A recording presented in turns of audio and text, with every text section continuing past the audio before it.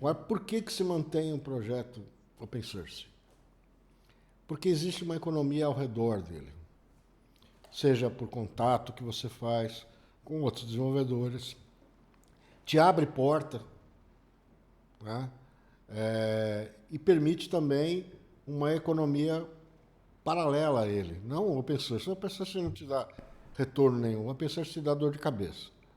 Hoje aqui no Brasil. Porque tem muita gente que diz que não funciona, não sabe utilizar. Mas o open source é uma coisa que você tem que ir atrás da informação. Né? Não é uma coisa que vai ter colocada no seu colo e te ensinado, pegar na mãozinha e desenhar. O autor do open source é uma atitude nobre, que a gente sabe que gera um círculo virtuoso. A gente quer esse retorno, a gente quer agregar, né? Quer contribuir, porque muitas vezes a gente também já se beneficiou de projetos open, Sim. Então a gente se sente útil devolvendo isso para a comunidade. O problema é que muitas vezes estão poucas pessoas que não entendem a natureza de um projeto open source e cobram os autores de um open source como se fosse um cliente pagante, né? Aquele cara chato que berra muito, né? Que cobra como se fosse uma obrigação ter um recurso, né? Ou resolve isso para mim, né? Da pior forma possível, muitas vezes, né? Por exemplo, como é se comportar mal como usuário open source? Vamos dar um exemplo, né? O cara simplesmente joga um arquivo lá e não está funcionando, resolve para mim. Manda isso para o mantenedor do projeto open source. Não é essa relação que o cara do mantenedor do projeto open source escreve código gratuitamente há anos, né? E daqui a um pouco alguém não sabe usar um detalhe e resolve isso para mim, isso aqui não está funcionando. Não, tem uma documentação, se esforce um pouquinho mais antes de simplesmente cobrar da pessoa.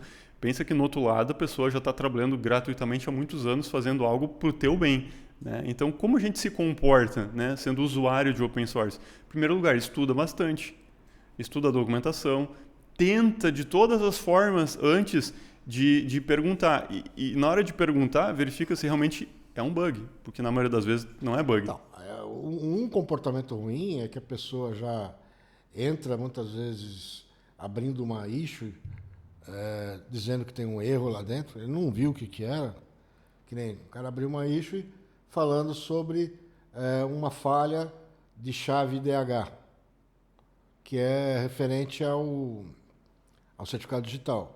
Só que referente, na verdade, ao ambiente que ele está usando. É o OpenSSL que está instalado no servidor dele, que não está permitindo aquela chave. Está dizendo que a chave é muito pequena, né? Aqui tudo small. E ele acha que é um problema do código, não é um problema do código. Ou seja, é uma camada diferente o problema, né? É uma camada diferente, é uma camada do servidor a camada. E aí abre a issue. Aí você fala, não, mas olha no fórum que tem lá a explicação. No fórum tem 10 comentários falando sobre o mesmo problema. Ninguém olha no fórum. Só que é uma resposta pronta, né? Muito mastigada. Uma resposta mastigada, pronta. Isso quando não fala coisas piores. Não, mas eu tenho um servidor exatamente igual e está funcionando.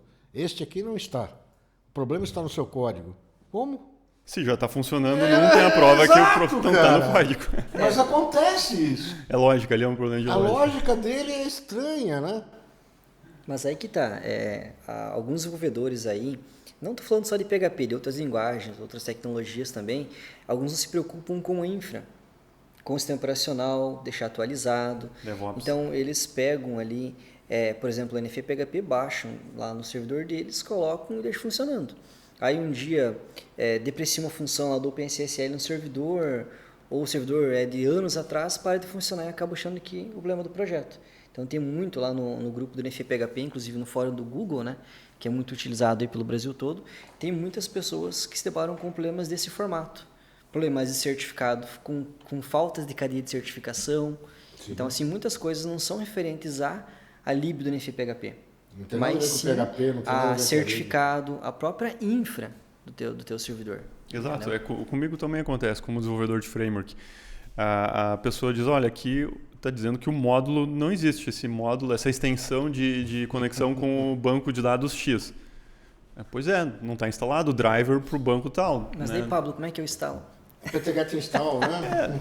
Na internet existem muitos tutoriais, né? O Google está aí para ajudar, né? Sabendo fazer a busca corretamente, né? Exatamente. Então, mas veja, um desenvolvedor, ele tem que ter noções básicas. Ele tem que percorrer o caminho inverso para tentar achar a origem do problema. Quer dizer, você tem que ter essa noção de olhar para aquilo, a resposta que está sendo dada para você, e no mínimo você dar uma investigada.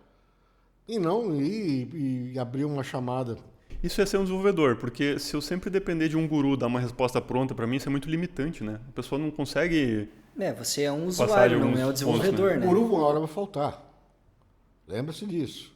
Muitas das respostas que o pessoal posta lá no grupo do NFPHP, no começo eu respondia. Aí eu falava, escuta, você não está olhando determinada coisa. Ele achava que eu estava agredindo ele, dizendo que ele era incapaz. Eu falei, não, você não olhou tal coisa. E vinha com respostas agressivas até. Porque você é muito agressivo. Eu falei, cara, eu estou te dizendo que você não olhou tal coisa. Olha tal coisa e depois você veja. Tu está sendo técnico, né? E o cara vem, aí eu parei de responder. Então, tem algumas coisas que o cara pergunta que eu não me envolvo, não respondo mais.